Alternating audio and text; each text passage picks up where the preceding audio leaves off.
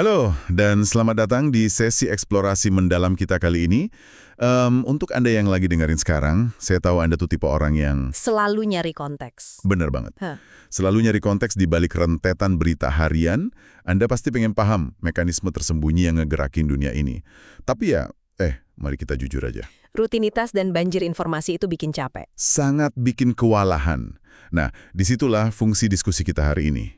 Kita bakal memilah tumpukan sumber, menyaring kebisingan, dan ngambil intisari yang benar-benar bakal ngubah cara Anda ngelihat keseharian Anda. Dan hari ini kita megang materi yang luar biasa provokatif. Betul. Ini dari buku The Age of Surveillance Capitalism, karyanya Shoshana Zuboff. Misi kita hari ini sangat spesifik. Kita bakal bongkar secara objektif gimana hal-hal banal yang Anda lakukan tiap hari. Kayak muter lagu atau nyalain pemanas ruangan. Iya, atau sekedar nyari resep di internet. Itu semua udah bermutasi jadi bahan baku gratis buat sebuah sistem ekonomi yang sepenuhnya daru. Dan kita juga bakal nelusuri jejak sejarahnya, gimana pergeseran raksasa ini bisa terjadi persis di depan mata kita. Tanpa kita sadari. Oke, mari kita urai hal ini karena ceritanya justru bermula dari tempat yang secara historis lalu kita anggap sebagai benteng privasi terakhir. Rumah kita sendiri. Iya, rumah. Kalau kita mau bicara soal rumah, kita harus ngelihat kembali gimana konsep rumah pintar atau smart home ini sebenarnya berevolusi. Ada pergeseran niat yang sangat drastis yang dicatat dalam sumber kita. Antara awal era digital dan kondisi kita saat ini. Tepat. Nah, coba kita putar waktu ke tahun 2000. Saat itu, sekelompok ilmuwan komputer dan insinyur di Institut Teknologi Georgia punya visi yang ambisius banget. Visi awalnya? Ya. Mereka ngerancang apa yang mereka sebut aware home atau rumah sadar. Coba bayangin prototipe rumah masa depan di awal milenium. Mereka masang sensor medis, Wah. terus ada pelacak biometrik dan sistem pemantau aktivitas di seluruh penjuru rumah. Tapi, ada satu fondasi utama dari desain mereka. Apa itu? Rumah pintar ini adalah sebuah sistem tertutup. Sistem tertutup. Benar. Semua aliran data yang sangat sensitif itu direkam dan disimpan secara eksklusif di komputer pribadi yang ada di dalam rumah tersebut. Jadi nggak ada yang keluar dari rumah. Sama sekali nggak ada. Semuanya dikendalikan penuh oleh penghuninya. Asumsi dasarnya saat itu adalah privasi yang nggak bisa diganggu-gugat. Asumsi dasar itu sangat krusial. Para pionir teknologi di tahun 2000 itu, mereka menganggap udah jadi semacam hukum alam gitu loh. Hukum alam gimana? Ya, kalau sebuah rumah ngumpulin data yang begitu intim tentang penghuninya, maka hak eksklusif atas pengetahuan itu mutlak berada di tangan sang penghuni. Masuk akal. Itu adalah cerminan dari konsep rumah sebagai tempat perlindungan, sebuah swaka. Data itu diolah semata-mata untuk melayani kenyamanan si pemilik rumah, bukan buat dihisap keluar. Nah, bandingin visi utopis itu dengan realitas yang kita hadapi belasan tahun kemudian. Buku ini menyoroti tahun 2018 dan ngambil contoh termostat Nest. Termostat pintar yang terkenal itu. Iya, perangkat pengatur suhu ruangan yang kemudian diakuisisi oleh Google. Termostat ini nggak cuma mencatat suhu ruangan aja, Dia ngumpulin lebih dari itu kan? jauh lebih banyak. Dia ngumpulin data yang sangat terperinci tentang kapan Anda ada di rumah, rutinitas harian Anda, bahkan di ruangan mana Anda menghabiskan waktu paling banyak. Dan datanya nggak diam di dalam rumah. Itu masalahnya. Datanya dikirim ke server luar, dibagikan ke perangkat cerdas lain, dan yang paling mengejutkan, disalurkan ke berbagai pihak ketiga. Pihak ketiga yang namanya bahkan nggak disebutin di layar perangkat Anda. Benar banget. Yang sangat memesona di sini adalah gimana arsitektur teknologinya mungkin terlihat mirip, Karena keduanya pakai sensor dan komputasi. tetapi motif ekonominya bertolak belakang. Dari sebuah sistem tertutup menjadi mesin ekstraksi yang terbuka lebar. Zuboff mencatat sebuah studi yang menghitung kalau Anda benar-benar ngebaca seluruh dokumen ketentuan layanan atau terms of service dari ekosistem perangkat rumah pintar ini, Pasti panjang banget. sangat panjang. Anda pada dasarnya sedang berhadapan dengan hampir 1.000 kontrak yang berbeda. Tunggu, 1.000 kontrak? Hampir 1.000 kontrak hukum, ya, hanya untuk bikin suhu ruang tamu Anda nyaman. Jutaan rupiah buat beli perangkat mutakhir supaya rumah Anda hangat. Tapi detail kritis dari sumber kita ini bikin geleng-geleng kepala. Gimana detailnya? Kalau Anda menolak menyetujui salah satu aja dari ribuan kontrak privasi tersebut, fungsionalitas termostat Anda bakal dilumpuhkan. Dimatikan paksa ya? Iya, Pembaruan keamanan dihentikan, dokumen ini mencatat konsekuensi nyata di lapangan, di mana penolakan persetujuan itu bisa berujung pada pipa air yang membeku dan pecah di tengah musim dingin. Karena pemanasnya nolak bekerja. Persis. Atau alarm asap yang mendadak nggak berfungsi. Anda pada dasarnya disandra di ruang tamu Anda sendiri karena Anda nggak mau nyerahin data pribadi Anda. Ini adalah ilustrasi sempurna dari apa yang Zuboff sebut sebagai surveillance capitalism atau kapitalisme pengawasan. Kapitalisme pengawasan. Iya, ini bukan sekedar inovasi teknologi yang meleset. Ini adalah mutasi komersial yang disengaja. Fokusnya bukan lagi bikin alat pencatat suhu yang lebih akurat buat Anda, Tapi melainkan jadiin perangkat tersebut sebagai corong untuk nyedot data Anda ke sebuah ekosistem komersial di mana Anda sama sekali nggak punya kendali apa-apa. jadi, apa arti dari semua ini? Kalau kita bukan lagi tuan dari perangkat di rumah kita sendiri, ini ngebawa kita ke sebuah pepatah yang sangat populer. Pepatah yang mana nih? Anda pasti sering dengar ungkapan, jika layanannya gratis, maka Anda adalah produknya. Ah, klasik. Kita sering pakai kalimat ini buat ngejelasin kenapa Facebook atau Google itu nggak mungut biaya. Tapi kalau kita bedah argumentasi dari sumber kita hari ini, ternyata pepatah populer itu Sepenuhnya keliru. sepenuhnya keliru ya. Sangat keliru. Kalimat Anda adalah produk itu ngasih ilusi bahwa kita punya semacam nilai tawar atau ada pertukaran yang setara. Padahal nggak begitu. Realitas kapitalisme pengawasan jauh lebih dingin dari itu. Dalam sistem ini, kita bukanlah pelanggan, karena pelanggannya adalah entitas lain. Tapi kita juga bukan produk. Bukan. Kita bukan produk yang dipajang di etalase. Kita, maksudnya pengalaman manusia sehari-hari kita, adalah sumber bahan baku. Sumber bahan baku. Sama halnya kayak revolusi industri yang nambang batu bara atau mompa minyak bumi buat ngegerakin pabrik ya. Persis analogi itu. Sistem ekonomi baru ini nambang rutinitas kita. Kapan Anda bangun tidur, frasa apa yang Anda ragu-ragu buat ketik terus Anda hapus lagi, rute mana yang Anda ambil saat lali pagi? Semua realitas fisik dan emosional itu diklaim secara sepihak. Perusahaan-perusahaan ini ngambil pengalaman manusia, lalu ngerjemahinnya jadi apa yang disebut sebagai data perilaku. Memang sih, sebagian kecil dari data itu dipakai buat perbaikin layanan yang kita gunakan, supaya petanya lebih akurat atau pencariannya lebih cepat. Tapi ada porsi raksasa dari data tersebut yang melimpah ruah. Sisa data itulah yang jadi inti dari mesin ekonomi ini.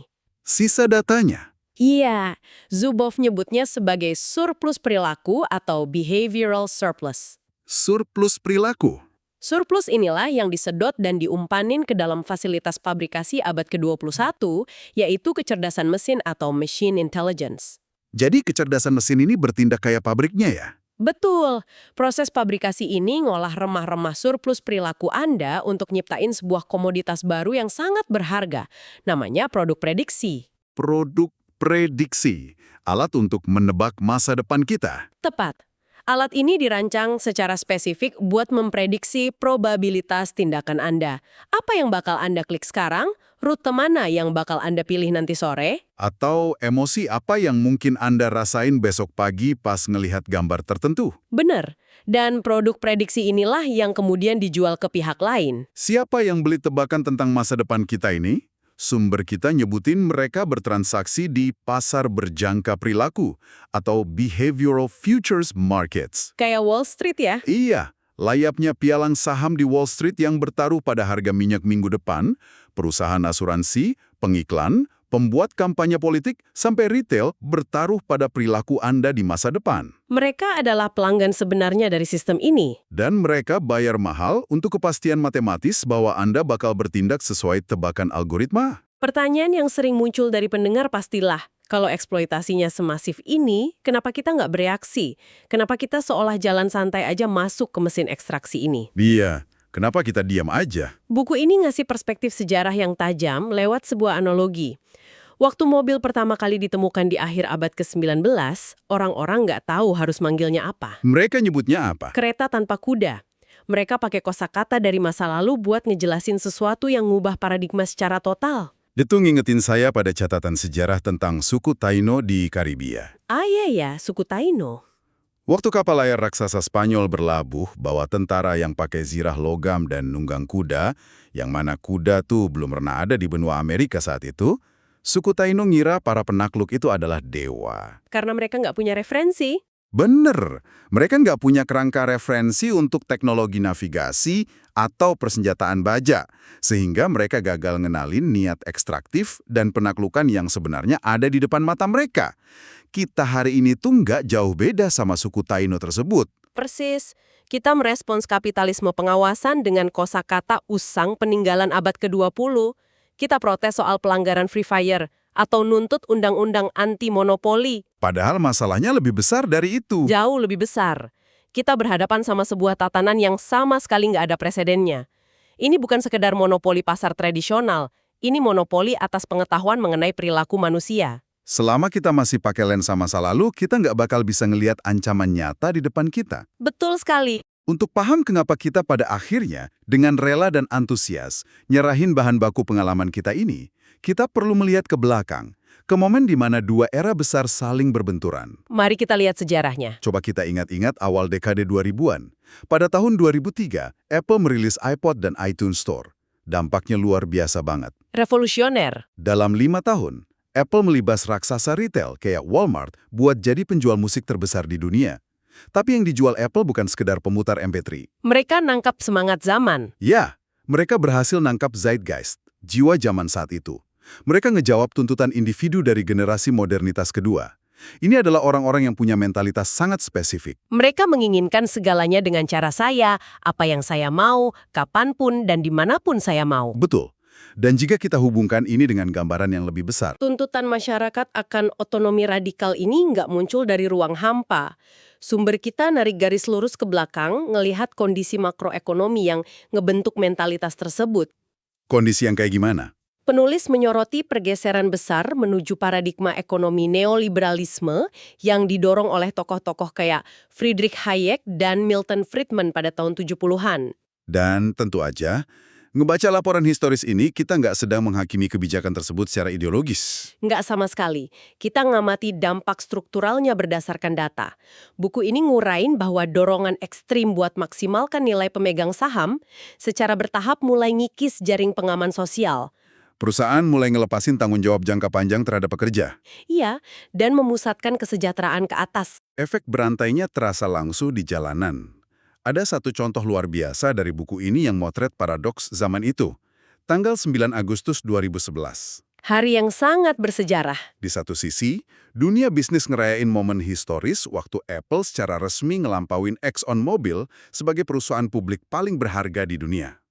Itu adalah puncak kejayaan teknologi digital. Tapi di hari yang sama, Persis di hari yang sama, jalanan di berbagai wilayah London membara oleh kerusuhan massal terburuk dalam beberapa dekade. Toko-toko dijarah, gedung-gedung dibakar. laporan sosiologis dari kerusuhan itu nyimpulin kalau ini bukan sekedar vandalisme biasa. Ini adalah ledakan rasa frustrasi dari generasi yang ngerasa dikhianati oleh ketidaksetaraan sistemik. Mereka nyuarain sentimen bahwa mereka nggak punya pekerjaan, nggak punya uang, dan sama sekali nggak punya masa depan di tatanan ekonomi tersebut. Dua peristiwa di hari yang sama itu adalah potret sempurna dari retaknya janji ekonomi masa lalu.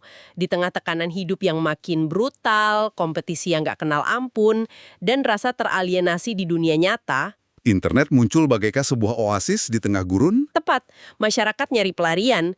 Kita berbondong-bondong masuk ke ruang digital buat nyari suara yang hilang, nyari komunitas yang suportif, dan ngerangkul janji bahwa teknologi bakal ngasih otonomi yang gagal dikasih sama dunia nyata. Dan tragedi besarnya adalah, di saat kita berlari ke oasis digital tersebut dengan penuh harapan, kita nggak sadar kalau mata air itu udah dipagari dan dikuasai oleh logika komersial yang baru. Kita nyerahin setiap rahasia dan keluh kesah kita tanpa nyadari kalau itu semua lagi dipanen. Berbicara tentang siapa yang pertama kali manen oasis ini dalam skala industri, kita tentu harus membedah evolusi Google.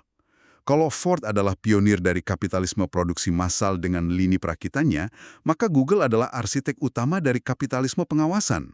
Menariknya, kalau kita ngelihat sejarah awal mula mesin pencari ini, Google sebenarnya mulai dengan niat yang jauh lebih lurus. Niat yang lurus gimana maksudnya? Di hari-hari awalnya, ada semacam keseimbangan kekuatan yang sehat antara Google dan penggunanya.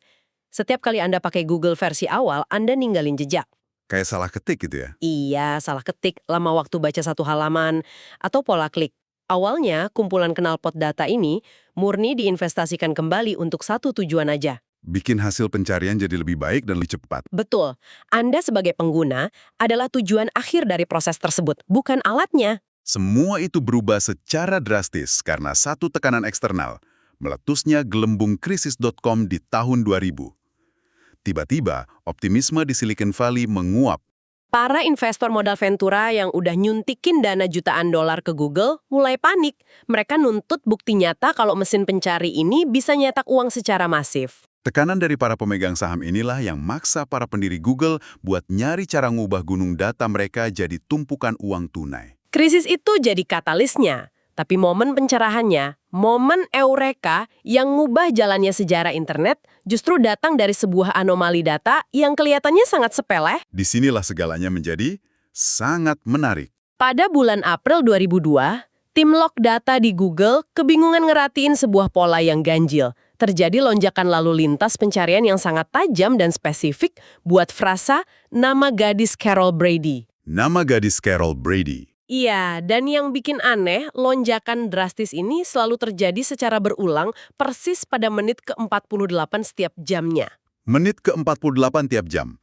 Buat Anda yang mungkin belum lahir atau nggak nonton TV kabel waktu itu, Carol Brady itu karakter ibu dari sitkom jadul The Brady Bunch.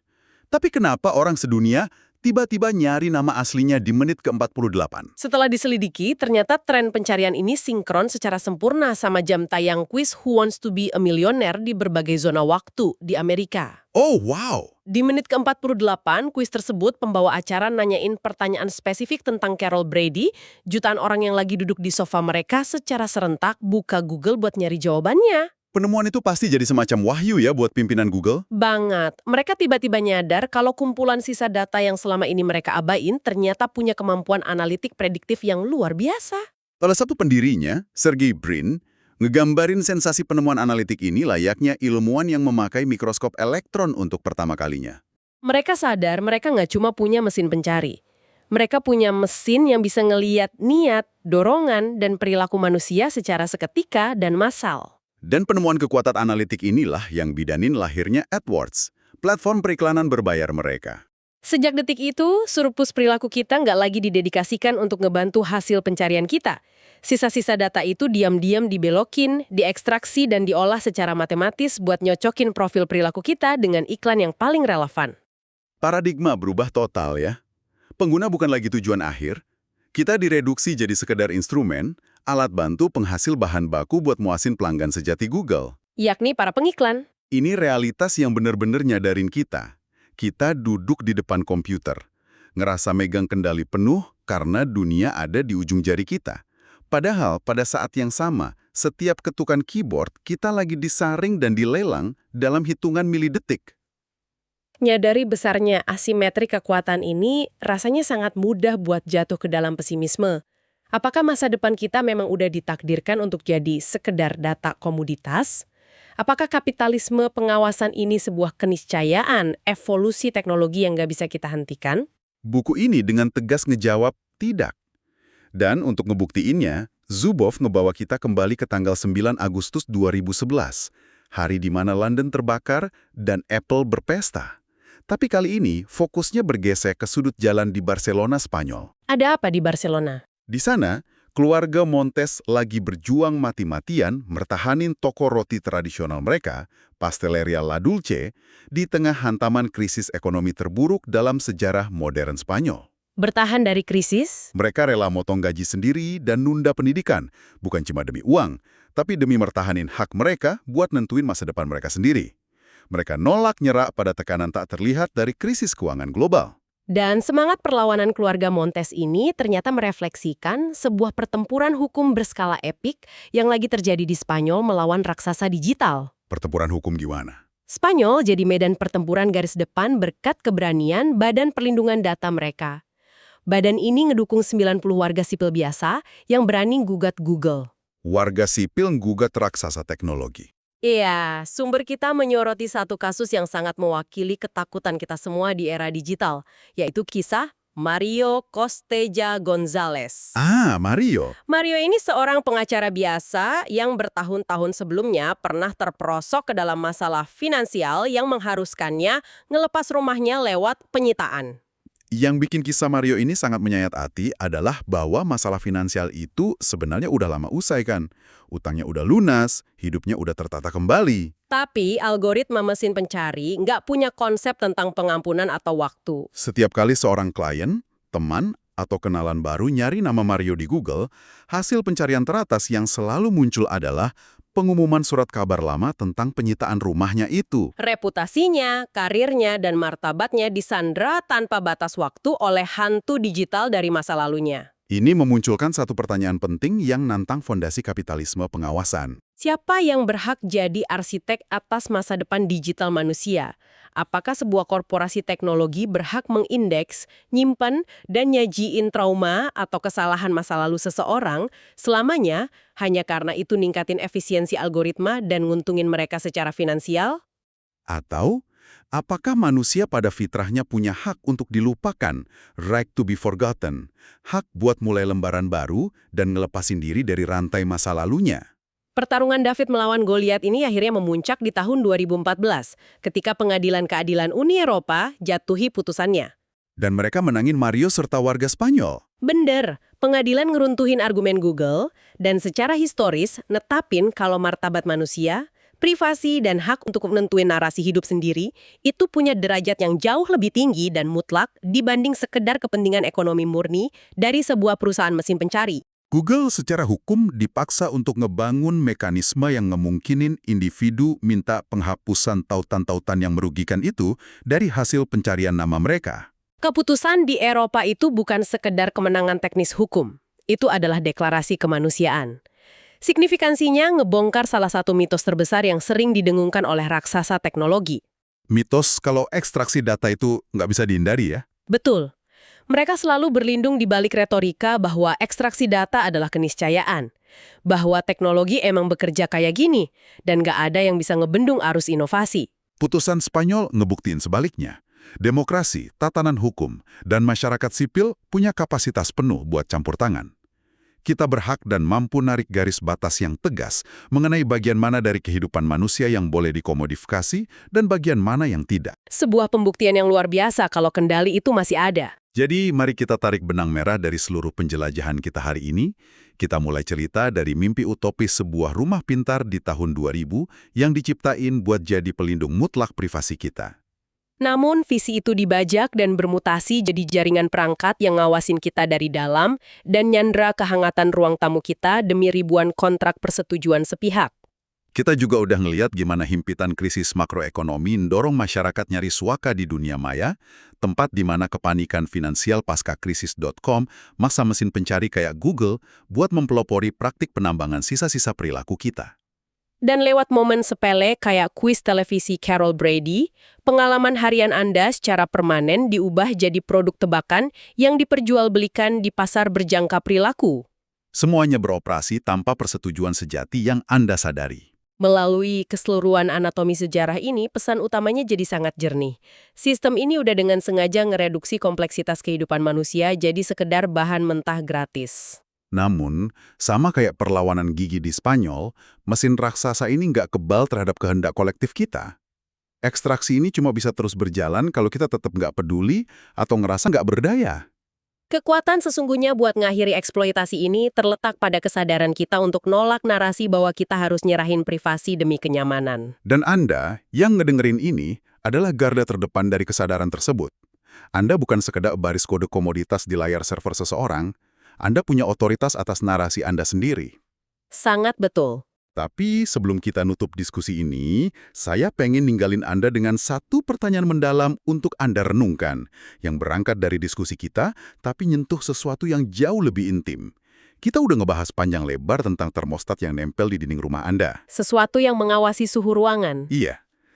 Tapi coba bayangin, konsep kota pintar atau smart city di mana setiap sudut jalan mantau pergerakan Anda. Atau lebih personal lagi, perangkat pelacak kesehatan yang nempel di pergelangan tangan Anda, ngitung setiap tarikan napas Anda bahkan saat Anda tertidur lelap. Ini ngebawa kita ke teritorio yang sangat personal. Sangat.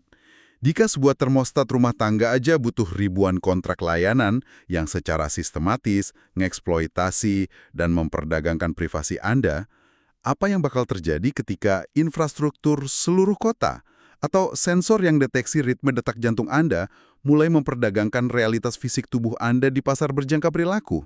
Pada akhirnya, siapa yang benar-benar punya detak jantung Anda? Itu adalah teka-teki moral abad ini. Dan jawabannya sepenuhnya bergantung pada seberapa keras kita berani mempertanyakan arsitektur teknologi di sekeliling kita. Mari kita bawa pertanyaan itu ke kehidupan nyata. Tetaplah pelihara rasa ingin tahu Anda, jangan pernah berhenti bersikap kritis sebelum ngeklik tombol "Saya setuju", dan pastikan Anda nggak nyerahin kedaulatan Anda begitu aja ke dalam ruang hampa digital. Terima kasih udah nemenin kami dalam eksplorasi mendalam hari ini, dan sampai jumpa di penjelajahan pikiran berikutnya.